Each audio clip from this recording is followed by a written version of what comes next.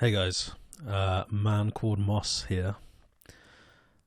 I'm going to talk to you about something that's happened in the last sort of decade of my life, and something that I think a lot of people, have shown an interest in kind of learning more about, but they don't understand necessarily the realities of what people go through when they experience severe mental health issues. So I'm going to talk to you today about psychosis, specifically my dealings with psychosis as someone who suffered with it, through to understanding ultimately what was causing it and moving past it. So I'll start off by saying I am not on any medication at the moment. I do not suffer from any of those psychotic type symptoms, but in kind of unpicking my particular issues, it took the better part of, let's say, 5 years. So what I'm going to do is talk to you a little bit about the history and describe what I did to kind of get to where I am now. The first thing I want to kind of stress is I'm not a medical professional. I'm not a medical expert. I am just retelling the events of what happened to me, and kind of all of the key bits of the story. Now, my first kind of experience of psychosis, and for those who don't really know what it is, it's essentially a break with reality. Some people tend to get it confused with, this idea of multiple personalities. Yes, people do hear auditory hallucinations, so some people get it kind of mixed up with this idea of having voices, which is somewhat accurate, but those voices do not control the person. It is just something that they think is happening around them. It can take other forms as well. For some people, they will have visual hallucinations. In my particular case, it was auditory, though. So I was hearing things about a completely fictitious situation that wasn't happening to me. Anyway, so originally starts in October 2014 when I start a new job. At least this is when I noticed it. I suspect it actually did start before this. It was characterized by some common themes throughout my time experiencing it, which was, people making snide remarks or talking about me in a negative capacity, but in a way that I could audibly hear. It obviously caused huge amounts of anxiety, a good deal of stress, constant sickly feeling and this inescapable weight. I kind of maintained my role with this position until Christmas of that year. Then wanted to make an exit just because I just thought it was untenable. And, I'm not going to go into the particular nuances of it because, it was very much a, fictitious scenario. But I ended up making an exit in the new year, let's say, for another position. So I changed jobs, and I'm still obviously noticing these strange behaviors, these odd things here and there, but generally it's improved. This job does actually have more stress, which in the longer term probably wasn't the best move for me. It requires constant travel via train, planes, and automobiles. And what happens is, in any kind of shared transport situation, I would find, again, this theme. It was a different scenario, in fairness, but a theme would be running where somehow, I was the center of something negative and people were making negative comments or criticisms of me. And that would carry on till about October of that year. So we're now a year on from when I originally, was in the previous position and stuff. So around October 2015, I had a complete and utter psychotic break. And the difference between kind of having like psychotic symptoms and a break is it's a complete separation from reality at that point. I'm going to spare you the gory specifics, but the highlights, as I suppose I'll phrase them, it was essentially me thinking I was in psychic communication with someone, and I was communicating via, essentially writing just text on a laptop, right? And that was it. And, it's a very unusual thing to look back on with the kind of clarity I have now. The depth, the kind of artificial construction that your mind kind of creates. It creates this thing which you can almost undeniably think is absolute reality, that this is absolutely happening to you. what ended up happening in a weird way was that at a certain point where I reached that absolute breaking point, in an odd way, these voices told me to go get help, which is unusual. From what I've learned since is that that's actually quite unusual. So I obviously explained to my folks at the time, who were extremely worried upon learning this particular aspect. We got a psychiatric doctor out who initially diagnosed me with paranoid schizophrenia. Now, I can tell you in hindsight, he was way off. I'm going to try and be very careful with my words here because I can understand. But, in looking at the notes, or at least what my memory of those notes are, I'll have to double check and see if we still got them filed away. There's a good chance we may have thrown them. They were just way off. He'd kind of half paid attention, as it were, And kind of, I think he'd already made his mind up that it was what it was. And funnily enough, this is when I started on my medication program. He gave me 2 antipsychotics, which again, I would learn not soon long after is a ridiculous thing to do. I was discharged into the care of the early intervention team at the recommendation of a family friend. They suggested doing this because they would help in kind of managing my care. Normally, this team gets involved in, identifying people who are probably in that sort of, before the crisis event happens, as it were. So in that preceding year, I probably should have been in communication with this team. A little bit of ignorance, perhaps, I don't know. There was a lot of kind of denial in the family that anything was wrong with me, as it were. So I end up going to the early intervention team and spend a couple of years in their care, as it were. After the immediacy of the break, I was off work for 6 weeks before I resumed work, which, again, in hindsight, is a ridiculous thing, because normally when these kind of events happen to people, they're out like for at least a year or so.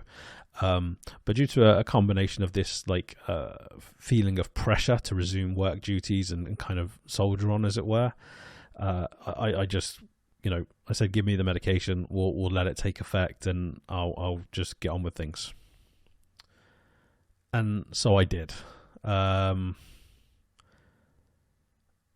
What ended up happening was, obviously, probably no surprise, is when I resumed my position with the company, they soon looked to manage me out. And part of it was them, in my opinion, maybe being overly critical or nitpicking. I mean, bearing in mind, they would have been aware of the extent of what had happened to me. And there was an occupational health report which kind of backed that up. They took neither heed of the occupational health report's sort of suggestions, and were essentially just saying, "Look, you're not doing what you need to be doing." I sort of maintained as much of a holding position as I could, and when I realised they weren't going to help my recovery in a meaningful way, I made an exit. And I think that was probably the first time that I realised that the kind of corporate mantra of mental health first, ultimately in reality, is it's not necessarily true.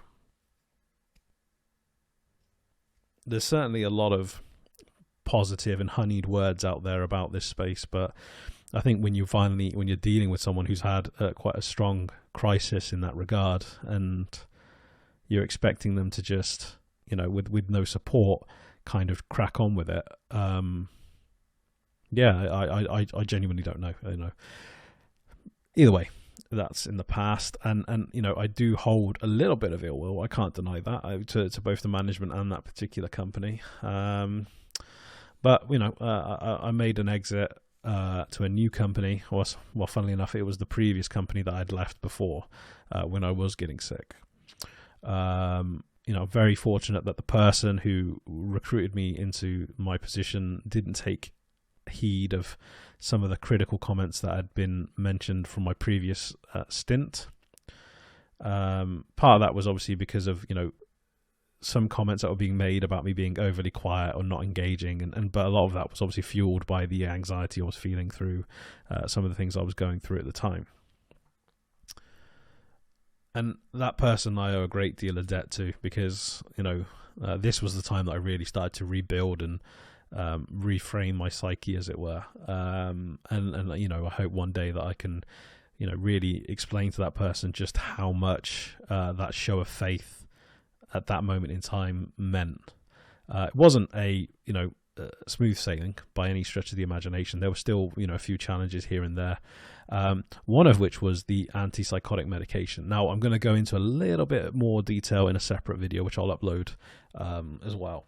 But generally, for me, the initial drug that they focused on or put me on was risperidone, and it's kind of a crap drug. Certainly in my case it was. It messed with my metabolism, messed with my appetite, and within a few months I'd gained well over 5 stones of weight. That's 31 kilograms or 70 pounds for you guys who like to use other metrics. Eventually, after sort of having that, because the other thing that I was noticing was that, it kind of created a zombified version of me, as it were. So I was kind of just going through the motions in life. I would show up, I would do my job, I would go home, and I would just sit there and play Counter-Strike Source with the zombie mod or whatever, and just like veg out whilst watching YouTube at the same time on like a second screen. That was it. That was my life, right? And it's one of these things where, I had a discussion, and one of the suggestions was, we could try putting you on a different medication. So after discussions with the early intervention team, we arranged a medication swap. And what that involves is coming down in terms of dosage on your existing one and then ramping up dose of the new one. So we moved from risperidone to aripiprazole, also known as Abilify. Generally considered a more alerting medication, but does tinker with brain chemistry, does have issues with sort of impulse control as well. Interestingly enough, I was doing this at a time I was studying for a professional qualification as well. So as I was attending this course for this professional qualifications, I was in the midst of a medication swap. And what ended up happening was a lot of what I would refer to as like mental noise. Yeah. So, the particulars of my kind of situation were, whilst the antipsychotic medication stopped the auditory hallucinations, that thinking pattern was still present. And I know that's a weird thing to kind of explain. So the best way I can explain it is, obviously, what I was hearing at the time was made up by my brain, right? So instead of actually hearing that, my brain was now thinking that. And I was able to, in a weird way, understand that was a portion of my brain still going through those motions. And what happened was, during the medication swap, it heightened. And also, I started to experience something new as I was ramping up on the new medication, which was tactile hallucinations. And you may be unfamiliar with them. So essentially what a tactile hallucination is the impression that you are being touched when in fact nothing is there. Now, this would normally happen to me when I was asleep, which you can kind of imagine is pretty terrifying. I would eventually come up with like a system, as it were, to kind of offset that. But by this point, obviously, my physical health was starting to really start creaking as well. And by this point, we're sort of 3 years on from the actual sort of psychological break, as it were. But since swapping over to the medication, the positives have been,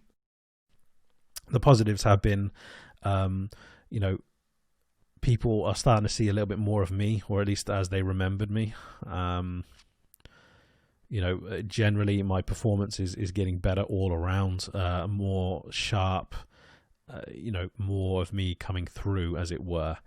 But the negatives were somewhat loss of impulse control, did result in me spending a lot of money, I'll be honest with you guys. And there was still a little bit of mental noise. It wasn't like a catch-all, In discussions with some of the professionals at the time, they believed it was some form potentially of PTSD, which was fairly common for people who'd kind of had that break or that event in their lives. But yeah, there's this kind of lingering presence at this moment in time, that particular point of time, and it's, still characterized by what I described earlier. The idea that those conversational things which were auditory were still present, just in your mind. But as you can imagine, trying to do your sort of day-to-day living whilst having a lot of your mind kind of spinning and occupying in this space, not ideal by any stretch of the imagination. One of the other things that was constantly kind of pushed was I think this is more a me thing than a general thing, but they kind of suggested that I didn't read much about my condition. One of the behaviors they identified was that they felt that I was too much of an overthinker, which I would agree. Definitely before my kind of psychological break, I was a thinker for sure. I would overthink everything. But I wasn't happy with what I'd got. The recovery I'd had so far, thanks to the medication, wasn't what I wanted. It wasn't really a recovery. It was kind of, to me, in my mind, it was a holding pattern. I was still suffering from some of these things, and it bothered me, but they would always tell me that, I was quite lucky that I'd made as much of a recovery as I had already. They were worried that my sort of inquisitive nature and along with the overthinking would cause me to essentially, overthink, stress myself out, and maybe cause some form of relapse. Now, it got to the point where that just wasn't good enough for me anymore. So I did start doing some research, and more specifically, I started looking into things where, because I feel that the kind of approach they took with me was a very standard approach. So I understood that most of what they could try, they had tried. I started looking to more of the edge cases. So there was some information around links to psychosis and thyroid disorders. So I had some thyroid tests done to get my levels checked. Now, the key thing based on this particular piece that I looked at was the idea that you need to get both markers done. Typically only one's ever done, so they suggest getting T3 and T4 markers looked at. That checked out fine, so I carried on looking, and then eventually stumbled onto this. Well, at the time, I'm surprised I hadn't noticed it earlier, but there was a causal link where psychosis manifested as a symptom, but the cause was actually a very deep form of depression, like you're talking, beyond clinical level depression would be required for this to kind of manifest. So after reading about it, I spoke to, I think it was my GP at the time. By that time, I'd been discharged from the early intervention team into the care of my GP. To get some antidepressants, and they were prescribed. It was 60 milligrams of duloxetine, and everything stopped. That's the best way I can say it. Is once my body had enough of it, like in its system to get operational, nothing, no noise, no conversational thoughts, as I used to call them, just nothing. My mind was finally at peace. Now they had me on aripiprazole and the antidepressant duloxetine at the time. It certainly caused an uptick, so I think it exacerbated some of the more impulsive traits of the aripiprazole. That's just my opinion, and that's just my experience. It's probably a better way to phrase it. I don't know. I'd assume they need to do more testing around this sort of stuff. Whereas I definitely noticed an uptick in kind of like spending habits on the aripiprazole. The combination with the duloxetine caused me to just want to do stuff. Do you know what I mean? If there was something that was on a to-do list, if you gave me a to-do list, I would try and get through it in a day. It just gave me a bit of a pep, a get up and go. And it kind of got to the point where it was bordering on mania. So I asked to come down on the dose. First I asked to come off the antipsychotic, which we agreed with my GP, and I did come off the antipsychotic. And I was only on the antidepressant at this point, and still everything's good, no issues. Still, silence. Yeah. Eventually, then I came down to 30 milligrams, which I think is the lowest dose of that particular medication you can take.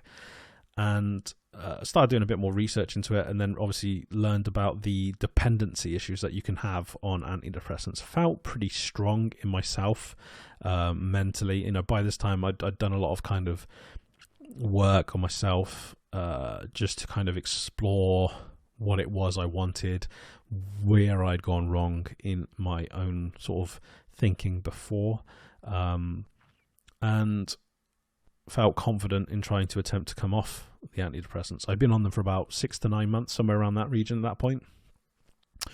And in December of 2019, probably more tail end of November really, started to taper down off the medication. And what I mean by taper down is just sort of have them every so often, and then have them less frequency.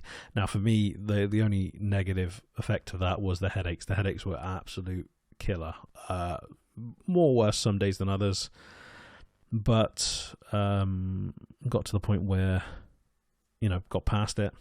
And there was, I'll be honest with you guys, there was like a return of what I would refer to as a little bit of mental noise. But what I got back in return, though, was a much better quality of life. Yeah. So, when I refer to the mental noise, it was probably more along the lines of probably some of that PTSD type behavior of like where you'd hear snippets of things that had kind of gone on in the past.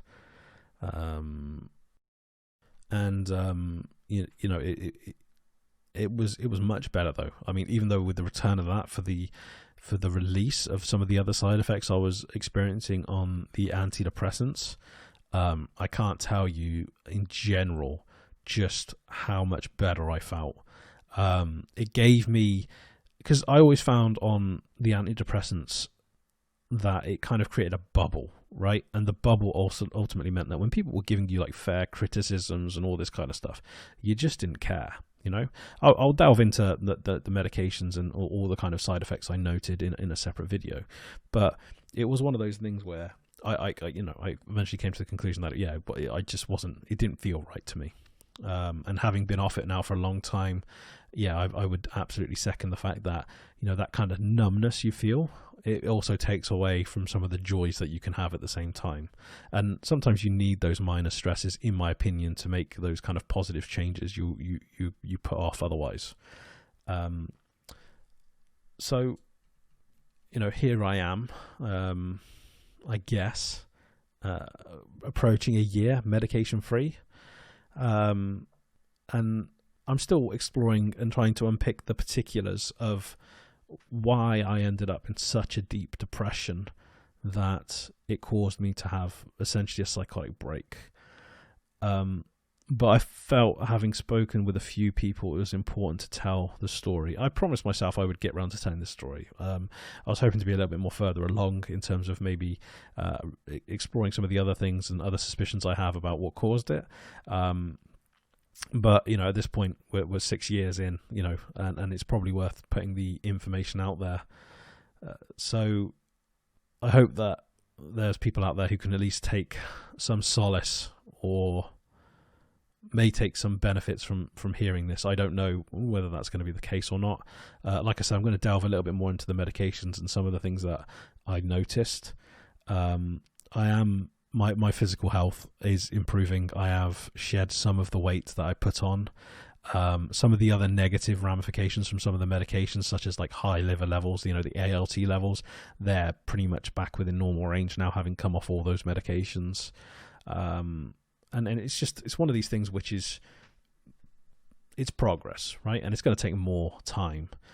One of the things that I did note afterwards, because I started to explore the effects of testosterone and mental health. So I was looking at doing a course of hormone replacement therapy, so commonly known as TRT. And one of the fascinating things was that the blood work they make you do as part of it revealed quite a few interesting deficiencies. One of which was vitamin B9, also known as serum folate, and commonly obtained through folic acid. Now, whilst the level was in normal range, I'm very dismissive of that word, it was extremely low. And what you learn is that particular vitamin is responsible for the production of serotonin. So, improvements in nutrition and overall things can improve a lot of the other things. Now, I was experiencing a lot of issues around that space in terms of, I was kind of experiencing issues associated with low testosterone, but having spoken to the specialist in that space, and this is still something that I'm working on and working towards.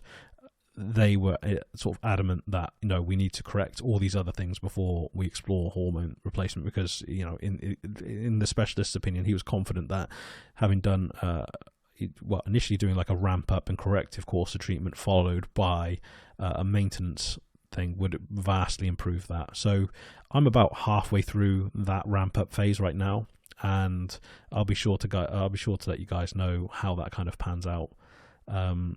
If there are any questions, feel free to comment, and I'll do my best to kind of gather a few of them and maybe respond in another video.